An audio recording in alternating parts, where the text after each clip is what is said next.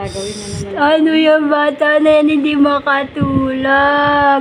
Wala ikaw kasi duyan, anak. Hindi ka makatulog, Pangkin. Alam mo bang binibidyohan ikaw? Ayaw mo ko kausapin. Ang tingin-tingin ko sa cellphone. Chulit, chulit, chulit, chulit. Ay, chulit, chulit, chulit, chulit. Binibidyo mo na naman ako. Bakit? Ayaw mo maging bida? Bida? Eh, siya gusto mo ikaw bida! Oo! Ang gusto mo ikaw bida! Wala na ikaw mata! Ano? Oo! Wala ikaw mata! Nakadilat ka na ba niyan? Dilat na ikaw niyan? Ano? Dilat ba ikaw? Hindi ikaw natutulog! Ba't ka lang dilat? Solen! Kanina kasarap mo ng tulog.